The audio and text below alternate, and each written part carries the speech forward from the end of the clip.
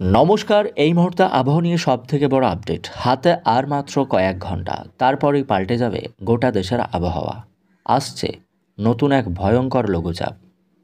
বাংলাদেশের 4 সমুদ্র বন্দরকে 3 নম্বর সতর্ক সংকেত দেখাতে বলেছে বাংলাদেশ আবহাওয়া অধিদপ্তর।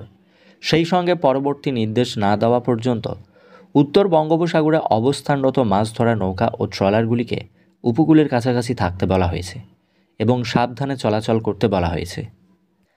আজ রাত থেকেই পাল্টাতে শুরু করবে আবহাওয়া। বাংলাদেশ আবহাওয়া অধিদপ্তর আবহাওয়াবিদ মোহাম্মদ তরিফুল নেওয়াজ কবির তার এক বিশেষ বিজ্ঞপ্তিতে এই তথ্য জানানো হয়েছে। হাওয়া অফিস জানিয়েছে, দক্ষিণ উড়িষ্যা ও উত্তর অন্ধ্রপ্রদেশের উপকূলের অদূরে উত্তর পশ্চিম বঙ্গোপসাগর ও তৎসংলগ্ন পশ্চিম মধ্য বঙ্গোপসাগর এলাকায় অবস্থানরত নিম্নচাপটি পশ্চিম দিকে অগ্রসর হয়ে দক্ষিণ উড়িষ্যা ও উত্তর অন্ধ্রপ্রদেশের উপকূল অতিক্রম সম্পূর্ণ করবে। বর্তমানে স্থল নিম্নচাপ আকারে দক্ষিণ উড়িষ্যা ও তৎসংলগ্ন এলাকায় অবস্থান করছে নিম্নচাপটি। এটি আরও পশ্চিম দিকে অগ্রসর হয়ে ক্রমান্বয়ে দুর্বল হয়ে পড়বে। এর প্রভাবে উত্তর বঙ্গোপসাগর এলাকায় লঘুচাপের তারতম্য আধিক্য বিরাজ করবে।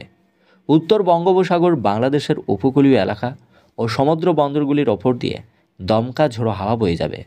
সংস্থাটি জানিয়েছে, নিম্নচাপের ফলে চট্টগ্রাম, কক্সবাজার, মোংলা ও পায়রা সমুদ্র বন্দরগুলিকে 3 নম্বর স্থানীয় সতর্ক সংকেত দেখিয়ে যেতে বলা হয়েছে। সেই সঙ্গে উত্তর বঙ্গোপসাগরে অবস্থানরত মাছ ধরা নৌকা ও ট্রলারগুলিকে পরবর্তী নির্দেশ না দেওয়া পর্যন্ত উপকূলের কাছাকাছি থাকতে বলা হয়েছে এবং সাবধানে চলাচল করতে বলা হয়েছে। এদিকে হাওয়া অফিস জানিয়েছে, একাধিক জায়গাতে আর কিছুক্ষণের মধ্যেই শুরু হবে বিক্ষিপ্ত বৃষ্টি। কালো মেঘে ঢেকে যাবে আকাশ। উপকূলবর্তী অঞ্চলগুলিতে দমকা বাতাস বইতে শুরু করবে। ঘন্টায় 30 থেকে 40 কিলোমিটার গতিবেগে সমুদ্র উপকূলবর্তী অঞ্চলগুলিতে দমকা বাতাস বইবে। তারপর বাতাসের গতিবেগ আস্তে আস্তে আরও বৃদ্ধি পাবে।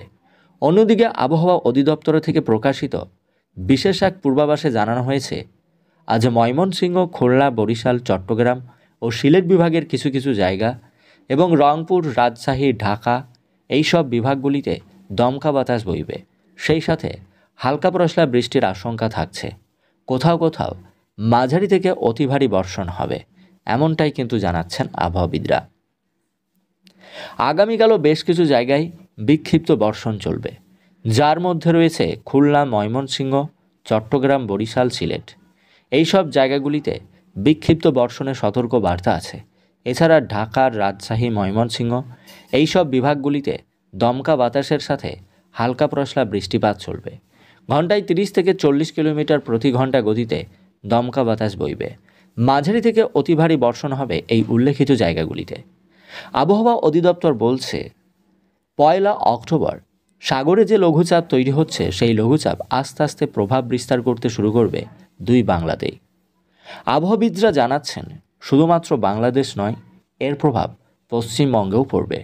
আর এর কারণেই 2 বাংলার একাধিক প্রান্তে শুরু হবে আবারও ভারী থেকে অতি ভারী বর্ষণ, বইবে ঝোড়ো হাওয়া। ওই দিন থেকে হাওয়ার গতিবেগ হবে ঘন্টায় 60 কিলোমিটার পর্যন্ত। সমুদ্রের গভীরে যে নিম্নচাপ এখন এই মুহূর্তে অবস্থান করছে বা সিস্টেমটি তৈরি হচ্ছে, তার আশেপাশের এলাকায় মৎস্যজীবীদের সমুদ্রে যেতে নিষেধাজ্ঞা জারি করা হয়েছে। তারা যেন উপকূলবর্তী এলাকাগুলিতে থাকে। আবহাওয়াবিদরা বলছেন, 1 অক্টোবর বেশ কিছু জায়গায় ভারী বর্ষণ দেখা যাবে।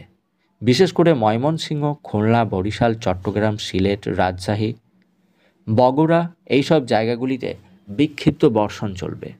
ভারী বর্ষণের আশঙ্কা থাকছে রংপুর, অপরদিকে ঢাকা এইসব বিভাগগুলিতে।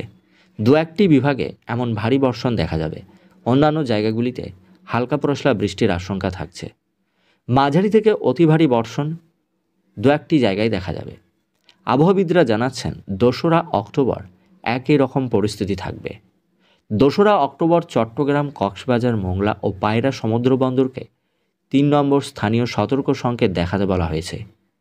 অপরদিকে বঙ্গোপসাগরে অবস্থানরত লঘুচাপটি যখন আরও কাছে এগিয়ে আসবে, তখন ঝড়ের গতিবেগ আরও তীব্র হবে। ঘন্টায় 70 থেকে 80 কিলোমিটার পর্যন্ত পৌঁছাতে পারে এই ঝড়টি। অপরদিকে ওই দিন বেশ কিছু এলাকায় অতি ভারী বর্ষণ চলবে। ময়মনসিংহ, খুলনা, বরিশাল, চট্টগ্রাম, সিলেট এইসব বিভাগগুলিতে ভারী বর্ষণের সতর্ক বার্তা থাকছে। এছাড়া রাজশাহী, রংপুর, ঢাকা এইসব বিভাগগুলিতে দমকা বাতাস বইবে। ঝোড়ো হাওয়ার সাথে হালকা পশলা বৃষ্টিপাত চলবে অন্যান্য জায়গাগুলিতে। একই সঙ্গে কোথাও কোথাও মাঝারি থেকে অতি ভারী বর্ষণ হবে, এমনটাই কিন্তু জানাচ্ছেন আবহাওয়াবিদরা।